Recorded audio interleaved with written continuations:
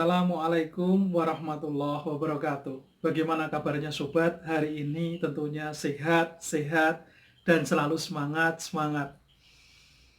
Indonesia merupakan negara kepulauan dengan jumlah penduduk yang luar biasa besarnya. Tentunya menjadi aset modal bangsa ini untuk melanjutkan eksistensinya beberapa tahun, beberapa dekade ke depan. Dengan adanya sumber daya manusia yang berkualitas akan membawa Indonesia sebanding dengan negara-negara maju yang lainnya. Apabila Indonesia menjadi negara yang besar, segala kebijakan di muka bumi ini, maka termasuk bagaimana menentukan perdamaian abadi dan kesejahteraan untuk umat manusia ini dapat terlaksana dengan baik. Anak merupakan aset bangsa ini. Kita sebagai tenaga pendidik, bagaimana dapat mengolah sumber daya manusia ini dengan sebaik-baiknya. Bagaimana agar para peserta didik mempunyai motivasi dengan semangat berprestasi dan inovasi menjadikan generasi emas Indonesia ke depan. Karena anak merupakan aset suatu bangsa, maka bagaimana kualitas kehidupan ini berada di tangan dan di pundak rekan-rekan tenaga pengajar, orang tua, lingkungan kemasyarakatan. Karena pentingnya belajar ini, pendidikan, maka di dalam keseharian ini menjadi kebutuhan pokok. Tholabul ilmi faridatun ala kulli muslimin wal muslimah. Diwajibkan atas kita muslim dan muslimat untuk menambah ilmu pengetahuan kita dari buyan hingga liang lahat.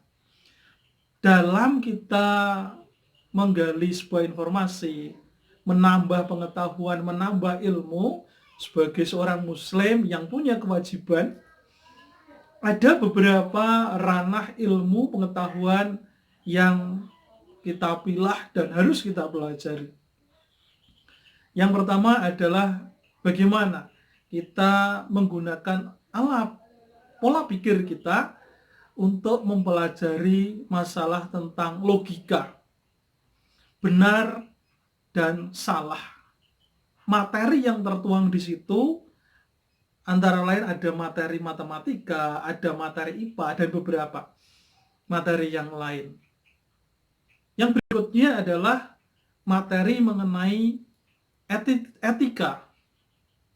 Bagaimana dalam kepribadian kita dibingkai oleh mata pelajaran pendidikan kewarganegaraan. Hak dan kewajiban sebagai warga negara. Yang berikutnya dalam berperilaku kita dibingkai oleh agama.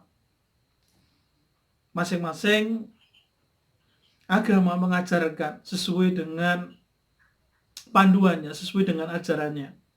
Islam dengan panduan Al-Quran dan hadisnya, beserta dengan kesepakatan-kesepakatan ulama-ulama.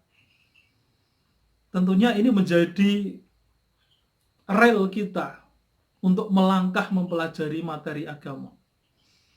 Yang berikutnya adalah mata pelajaran estetika. Bagaimana pola pikir, pola tingkah kita dibingkai dengan kesenian, seni rupa, seni tarik suara, yang tentunya akan memperindah hasanah. Ukurannya adalah indah, keindahan. Ada juga materi olahraga, bagaimana olah gerak kita, olah tubuh kita, materi politik, materi sosial, materi ekonomi. Bagaimana saat krisis seperti ini, kita secara ekonomi masih bisa bertahan.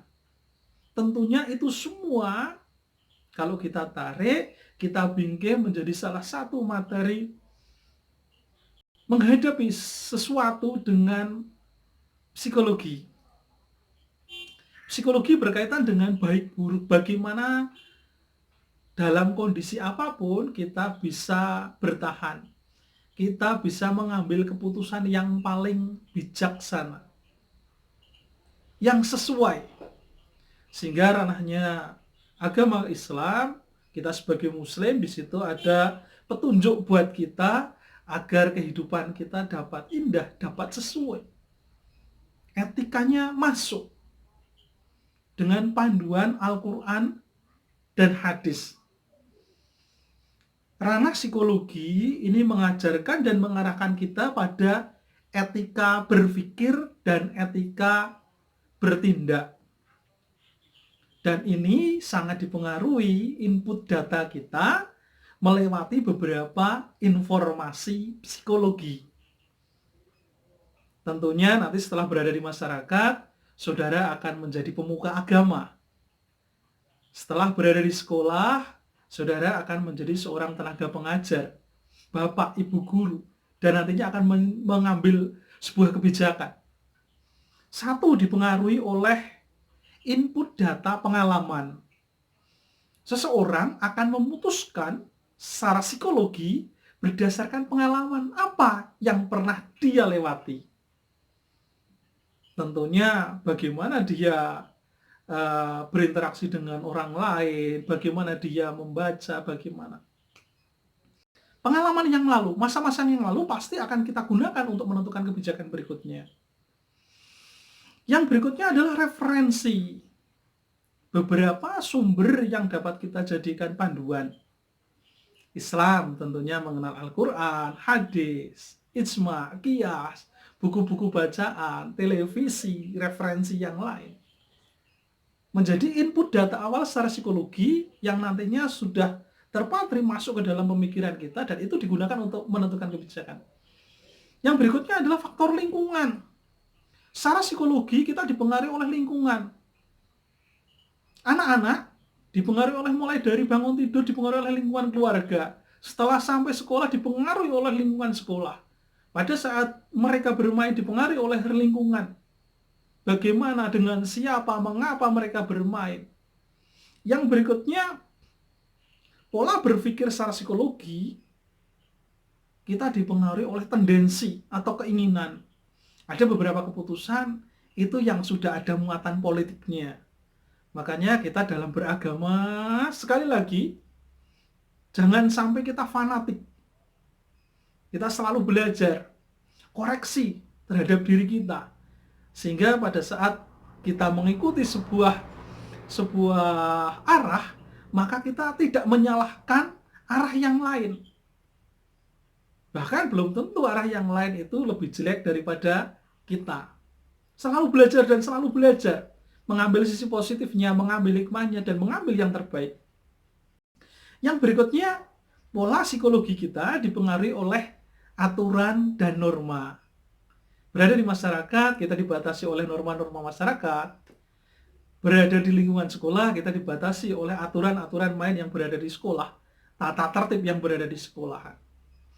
Kalau ini kita bisa menjembatani, kita bisa mengolah, maka peserta didik akan menjadi anak yang baik, yang berkualitas, sesuai dengan bakatnya.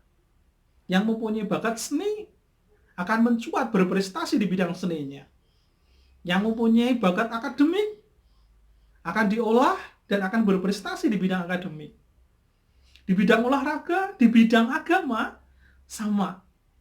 Mereka pasti akan berprestasi di bidangnya.